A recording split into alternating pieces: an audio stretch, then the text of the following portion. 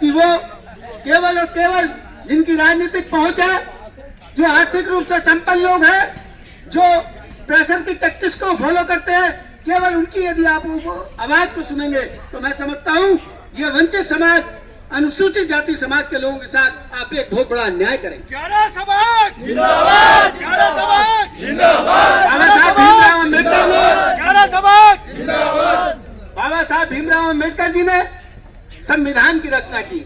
उस संविधान के अंदर भारत के प्रत्येक नागरिक को मौलिक अधिकार है कि वो सम्मान के साथ जीवन जिएगा, उसे मौलिक अधिकार है कि वो समानता के साथ अपने जीवन को जिएगा। लेकिन मित्रों, आज 75 वर्ष हो गए इन दोनों मौलिक अधिकारों से हम भारत में रहते हुए, भारत के नागरिक होते हुए, भारत के मूल निवासी होते हुए हम लोग आज उस अधिकार से वंचित हैं। कितनी बड़ी एक विडंबना है।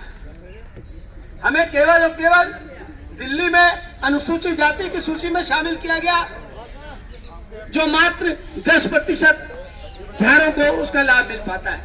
90% लोग हमारे मध्य प्रदेश में रहते हैं, राजस्थान में रहते हैं, गुजरात में रहते हैं, महाराष्ट्र में रहते हैं, साउथ में रहते हैं, उड़ीसा में रहते हैं, उत्तराखंड में रहते हैं, बहुत सारे राज्य हैं। 90% हमारे लोग वहां पर रहते हैं और वो सब मापदंड उन पर खड़े उतरते हैं जिन मापदंडों के आधार पर किसी जाति को अनुसूचित जाति अथवा अनुसूचित जनजाति की श्रेणी में शामिल किया जाता है। मित्रों, वो मापदंड खड़े होने के बावजूद भी, उन पर पूरा उतरने के बाद भी आज मानसिकता इस प्रकार की बनी हुई है सरकार की कि वो हमारे इस बात को इग्नोर लगाते हैं। हम आज ये दोबारा प्रदर्शन कर रहे हैं और निरंतर माननीय रतनलाल जी का रतनलाल जी बैठे नहीं क्या?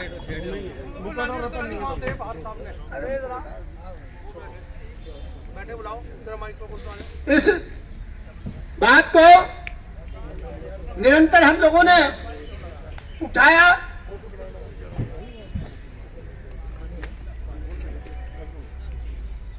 अभी लोग आ रहे हैं, बहुत लोग आ रहे हैं।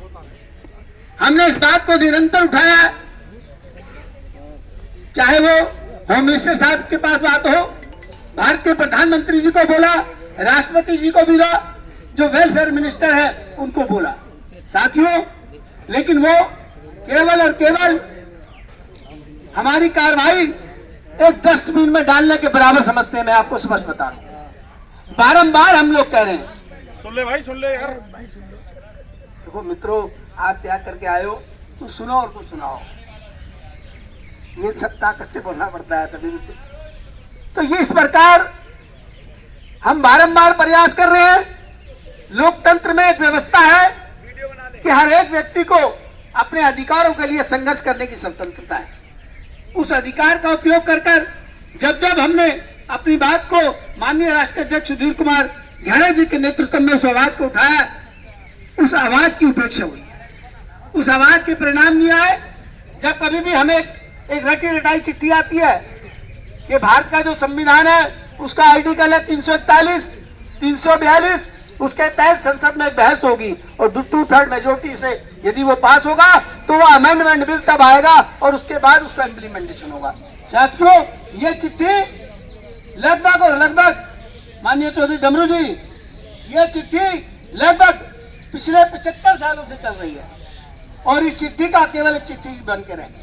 साथियों, हम किस प्रकार की पीड़ा बताएं।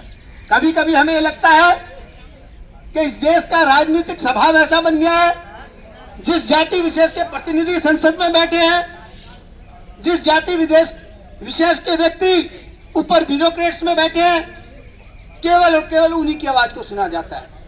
इस उपेक्षित समाज को हर पॉलिटिकल पार्टी अपने मैनिफेस्टो में इस बात को डालती है कि हम दलित समाज, पीड़ित समाज, शोषित समाज, वंचित समाज, इनके उत्थान के लिए कार्य करेंगे। लेकिन मित्रों, हमें आज 75 साल में केवल और केवल एक अनुभव होता है कि मात्र एक स्लोगन है। आज तक हमारी इस न्याय संगत मांग को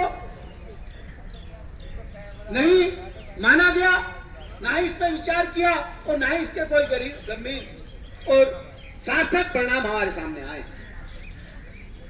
भाई सुधीर जी के प्रयासों से, भाई मीनाक्षी लेखी जी हैं, उन्होंने इस बात को पार्लियामेंट के अंदर उठाया पार्लियामेंट में इस बात का जिक्र हुआ कि ये जाति के लोग, जबकि इनका शुद्ध रूप से नाम घ्यारा है, पूरे भारत में रहने वाले घ्यारे एक दूसरे को घ्यारे के नाम से जानते हैं, माता महारानी के नाम से जानते हैं, लेकिन एक जबरदस्ती शब्द जिसका कोई हमारे साथ कोई रेलिवेंसी नहीं है, कोई हमारे साथ संबंध नहीं है, कोई हमारे कार्यकलापों से मेल मिलाप नहीं है, उसके बावजूद वो गाली सूचक शब्द, वो अपमानी शब्द हम लोगों के साथ जुड़ा हुआ है। मित्रों, कितनी शर्म की बात है।